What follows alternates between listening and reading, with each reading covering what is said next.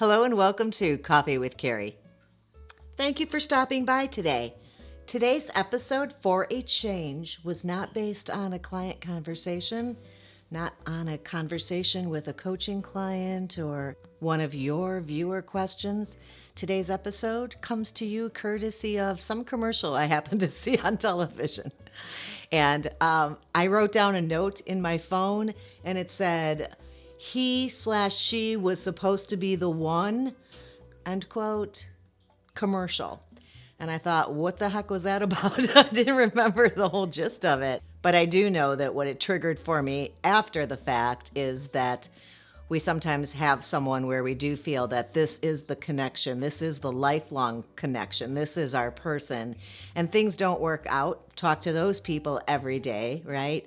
And there are some tools and some ways to look at things. I have some tips for you today on what to do in that situation where you thought that he or she was the one. If you're new here, I'm Carey. I'm a matchmaker and a dating coach. And if date coaching is something that is intriguing to you or you think you could benefit from, I encourage you to check out my website, coffeewithcarey.com. I want to sing that commercial, speaking of commercials. And also make sure that you follow me over on Instagram. I think it's a very positive place to hang out, check in every week or two and see what's going on. There's some humor, there's some good reminders, and then of course reminding you too of what episodes are going live that day. So I'll look forward to meeting you over there. Let me get this one going and let's just talk about it. Number one would be allowing yourself permission to grieve. That's always the first step when you lose somebody or when something ends. I think people grieve everything from the passing of someone they care about to the end of an era, be it leaving school friends behind. Things begin, things end all the time, and we're allowed to feel sad about things that were special to us coming to a stopping point and having to move on from there. So allow yourself time, and while you're giving yourself that time to grieve, make sure that you do not solely focus on all the positive things you lost, and instead focus on the reality of the situation, on the reasons why that didn't work out, maybe even the things you didn't like about this person, the things you knew that were nagging at you from the early stages that perhaps this is going to be a problem later, and sure enough, maybe it was. So don't be biased in your grief. Try to remember both the positives if you must, but make sure you get those negatives in there as well. It's going to take you a lot further than feeling melancholy and yearning for some of the positive things that you had early on. Number two, I would say, is I think it's really helpful to write things down. I've been known to write letters that were never meant to be sent or delivered. I think also journaling is something that can be really helpful, not just during this period of time, but it may actually end up being something that you enjoy and you'd want to continue when you meet your next partner and things are going well. It's just a way to stay in touch with what you're thinking and feeling and having a place to watch your growth in certain situations. It kind of marks time and allows you to be a witness to your own story. And it's nice sometimes to be able to look back and see how far you've come. Also, talking about your feelings. Writing them down is great, but also talking about your feelings, whether that's with a trusted friend or confidant or a therapist. But having somebody to use as a sounding board or a good listener is always really helpful. And sometimes that can really help you sort through what you learned from that experience, which I think is probably key and something to keep in mind. This is a growth experience. We learned from the mistakes we made. We move on from there, hopefully gaining something so that we can move on in a positive way and not repeat those mistakes again. Number three would be to get busy. Get out there, get out the door. Don't sit around and feel sorry for yourself in your four walls. Maybe it's something you've been putting off doing because you had a partner, or something you wanted to try but your partner didn't want to, something to get back to. If new experiences are something you're looking forward to, I suggest maybe you check out that website I've mentioned a couple times. It's dabble.co, not dabble.com. D-A-B-B-L-E. I'll write it down for you here. But .co is the important thing, because .com I think might be a dating site actually. But dabble.co is classes and experiences, and they come with a discount. So it's a win-win. Check that out. The other thought I had about getting out the door is sometimes it's really helpful if your intention for getting out is being helpful to other people. It really allows you to take the focus off your own self, your feelings, a whole situation being about you and feeling like the world revolves around you, your sadness or your grief, and you can focus on other people and being positive in their life. Doing something helpful with people who need it is a really great way to get out there. Sometimes I feel you can become disconnected from the things you enjoy doing or things you did in your before life, BP, before partner life, and asking people, what did I used to do? But even more importantly, ask your friends or your family, what are the things that you do that bring you joy? Maybe you'll discover something new that you'd never tried before during this time. And that's definitely something positive coming out of a situation. Next up, I would say that self-care is very important.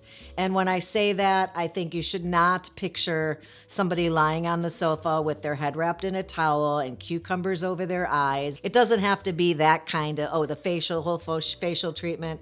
It's not about beauty. Self-care is about being gentle with yourself, but a little firm. You don't want to allow yourself, again, as I said, to wallow or be immersed in pity for yourself, but you do want to take a little bit of time in that first week, especially when you're in transition, to focus on you, your good health, your growth, perhaps scheduling something into your day that will have a positive outcome on your physical health or mental health. That's always a good way to redirect. Reading, obviously, yoga and meditation are things that people do, but also just making sure you get out every day for 20 minutes and take a walk to clear your head and appreciate nature or something like that. That's self-care. That's just focusing on things actually outside yourself. I think that's kind of all about mindfulness, right? Focusing more on being mindful and conscious of choices and things you're doing. And that's like really great reset button, I think. Speaking of reset, I think this would be a great time to break routines. If there was certain times of day and certain rituals you had with this person, I think it's a great idea to mix it up, to get out of those routines, which can now feel like ruts, and start some new habits. If you and this partner always had breakfast at the coffee shop down the street before you went to work, start making overnight oats the night before and allowing yourself a little bit of time to, watch the news in the morning while you eat something, and just changing it up so that you're not repeating all the things you did with this person, but without this person. I think that's really helpful. Number 6 would be, you've taken a little time for yourself, get social again. Whether it's dipping your toes in the water and talking to people again, thinking about having a partner and getting back out there, or whether it's just jumping right back on that horse and diving in head first, to use all the metaphors. Any of those will do, whatever you feel ready for. And you probably know you're not likely to truly be open enough to connect with somebody in a really meaningful long-term way, but it's just great to get your focus and remind yourself that there are other really cool people out there that you can talk to, connect with, and meet. I think it's still a pretty good mental process and experience to remind yourself of that. And then finally, number 7, that rule is you must follow the no contact rule, at least for quite some time. Now, I know people have different ideas on when you can start talking to this person again, if you must. But if you don't must, if you don't have to must, I would suggest you cut ties. It really just makes for a cleaner break. This is obviously assuming that this is not your spouse with whom you share children. That person is going to be in your life for always, and you'll have to figure out a way to navigate that and do what's best for your kids. But if this is a dating relationship and there are no children involved, it's certainly better for your own mental health to be able to sever ties and start fresh. It just happens much more quickly if you allow yourself to get distance from that relationship and that person. If you constantly are backing up and making contact, it just keeps setting you back. It's, 3 steps forward, 2 step back situation.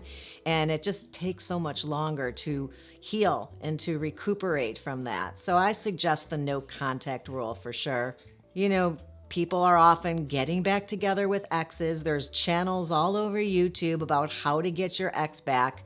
But I'll tell you, in my own personal experience and with clients, I have clients pausing on a very regular basis. There's a lot of them. So periodically, one or more will say that they're going to pause their matchmaking experience because they've reconnected with an old flame.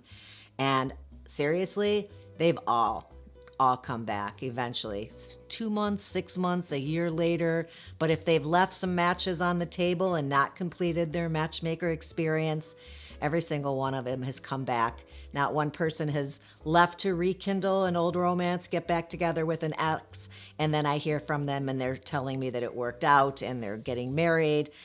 That hasn't happened. I'm not saying it never happens, but it's never happened in my experiences. So just something to keep in mind.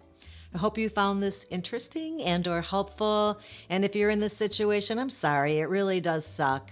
But I promise you that time and distance will help you heal, and all these other things should have you feeling like yourself sooner rather than later. Please do as my mother is suggesting down here and hit the thumbs up button to let me know that you enjoyed it. Don't forget to subscribe, and the ring bell will notify you every time I upload a new episode. I'll see y'all on Instagram. Appreciate you being here today, and until next time, have a good one.